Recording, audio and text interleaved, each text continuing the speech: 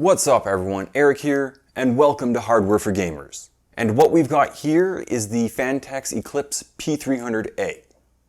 Now the P300A is a compact ATX case, very similar in size to the Meshify C, but this black satin option sells on Amazon.com for only $60 US.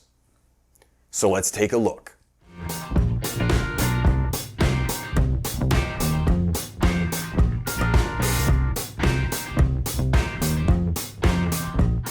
Now before I get on to the overview, I do buy all the products that I review myself, so if you like this video, can you please hit that like button and share this video? It helps out the channel a lot.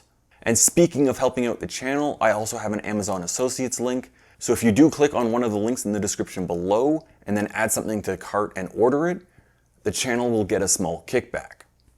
Okay, the dimensions of the P300A are 46 centimeters high, by 19.5 centimeters wide, by 40.5 centimeters deep, and weighs 6 kilograms.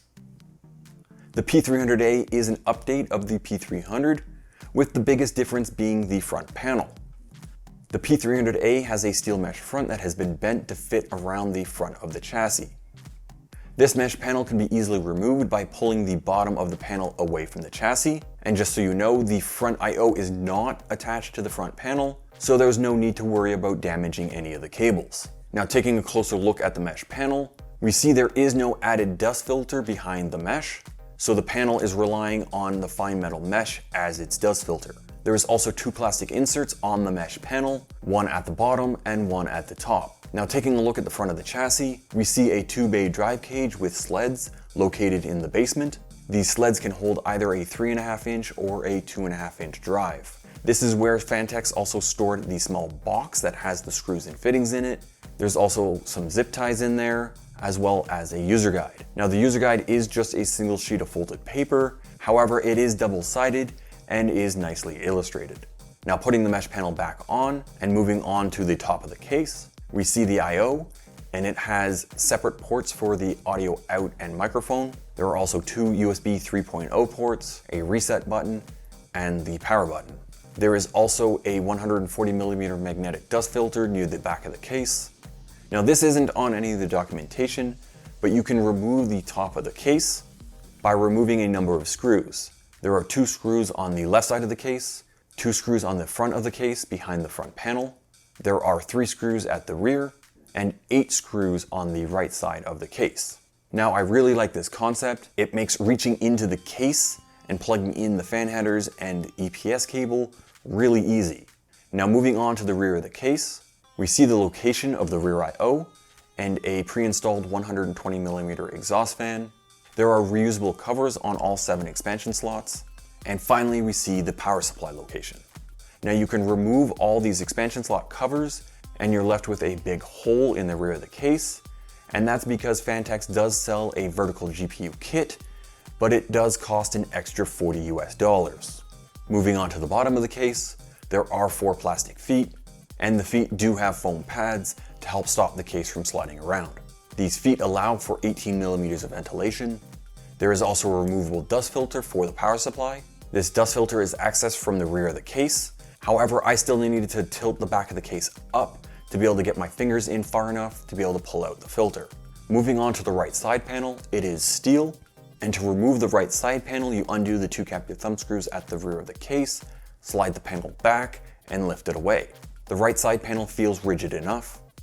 Now moving on to the left side panel, it is tempered glass, and to remove it is very similar to the right side panel. Undo the 2 captive thumb screws at the rear, then slide the panel back and lift it away.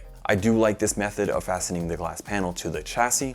Now the lower metal panel covering the basement is riveted in, so you can only access the power supply location from the right side of the case. Taking a look at the inside of the case, as I just mentioned, there is a basement. The top of the shroud has 2 good-sized cutouts for running cables. The motherboard tray does have a number of cutouts as well, but most of the cables will be running through the build-out that's on the front side of the motherboard tray. So the P300A does support mini ITX, micro ATX, and ATX motherboards. The max GPU length is 355mm, but that will be cut down if you go with a front-mounted radiator. The max CPU cooler height in the P300A is 165 millimeters.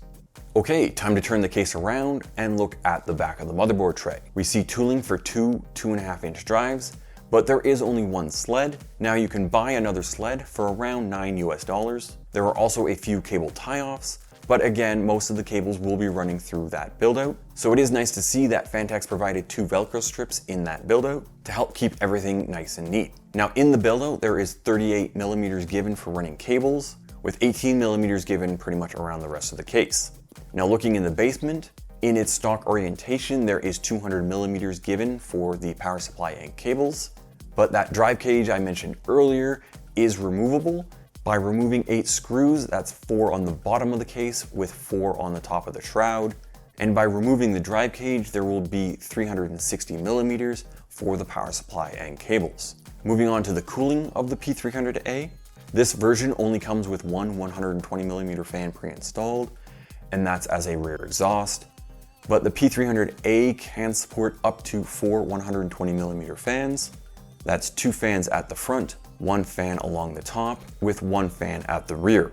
Now if you prefer to have 140 millimeter fans, then you can have up to 3 140 millimeter fans and 1 120 millimeter fan. So that's 2 140 millimeter fans at the front and 1 140 millimeter fan along the top, with the rear still being a 120 millimeter fan. Now for radiator support, you can have up to a 180 millimeter at the front and or a 120 millimeter at the rear. Now this is just a side note, but I wanted to point out, this case did come with a chip in the paint up near the microphone port on the top of the case. Not really sure how that would have happened, but it did. Now that's it for the overview, so it's time to build the test system and do some testing.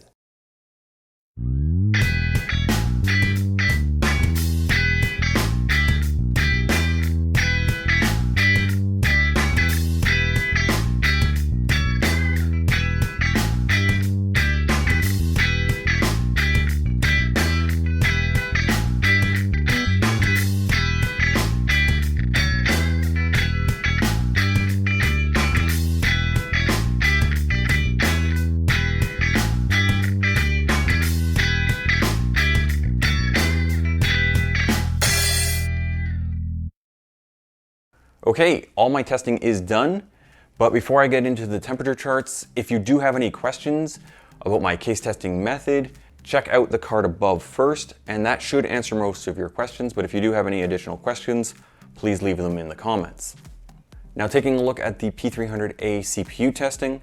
Now because the P300A comes with only one fan pre-installed, the CPU temperature in its stock configuration hit 63.3 Celsius, but by adding 2 front intakes, brought that temperature down to 56 Celsius. Now in the fan normalized test, the max CPU temperature only dropped another 2 Celsius to 54 Celsius. And when I removed the front mesh panel, the temperature dropped to 52.5 Celsius, which indicates that the front mesh panel isn't restricting too much air to the CPU.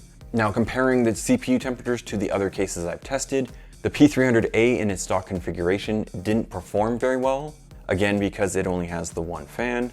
And in the fan normalized test, the P300A did not perform as well as some of the other cases I've tested, but that's not to say that it performed badly. Now for the GPU testing, the P300A in its stock configuration had the GPU temperature at 63 Celsius, but by adding 2 front intakes, brought the temperature down to 55.5 Celsius. And in the fan normalized test, the GPU temperature didn't really change when compared to having just the 2 front intakes. Now when I removed the front mesh panel, the GPU temperature dropped to 51 Celsius, which indicates that the front mesh panel is somehow restricting airflow to the GPU. Now when comparing the GPU temperatures of the P300A to the other cases I've tested, in its stock configuration, it performed fairly well. And in the fan normalized test, it had it near the top of the list, tying it with the MX330G. So what do I think of Phanteks' P300A? The build quality is really quite good.